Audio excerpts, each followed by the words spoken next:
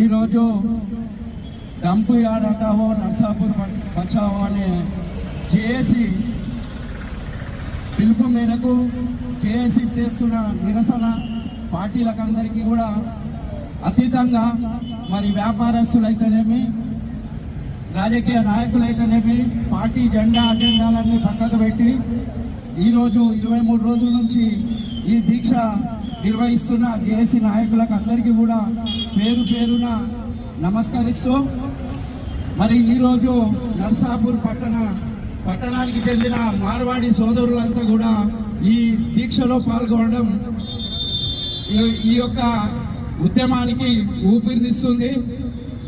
మరి నర్సాపూరు పట్టణం అంటేనే ఒక అడవి ప్రాంతం.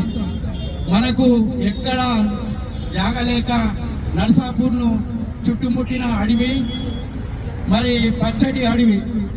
ఈ అడవి చాలా మన నర్సాపూర్ పేరు చెప్తేనే అడవిలోకి వెళ్ళి పోవాలి, ఒక 6 కిలోమీటర్లు 7 కిలోమీటర్లు అని చాలా వేరే ప్రాంతాల వాళ్ళు కూడా అడవిని యాడ్ చేస్తుంటారు.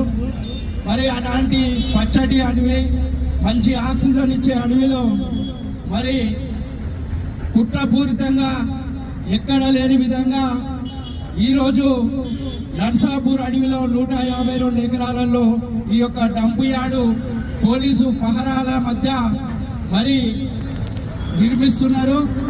దీనికోసం అందరము కూడా కంకణబద్ధులమై ఉండాలి. ఎందుకంటే ఒక పక్క నర్సాపూర్ ప్రాంతం అంతా పైపక్క చూసుకున్నట్టయితే పచ్చని కూరగాయల పంటలు, పచ్చని చేనులు, రాగడి ప్రాంతాలు.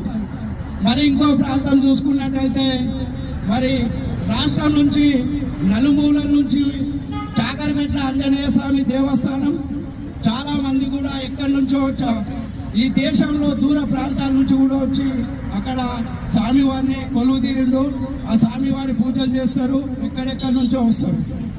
మరి ఇంకోవైపు రాయరావు చెరువు.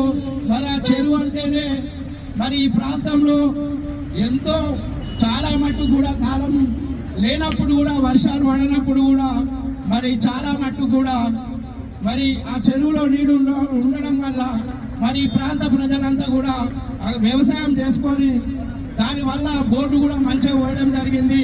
ఇప్పటికి కూడా ఈ రాయరావు చెరువుకు మంచి చరిత్ర కలిగి ఉంది.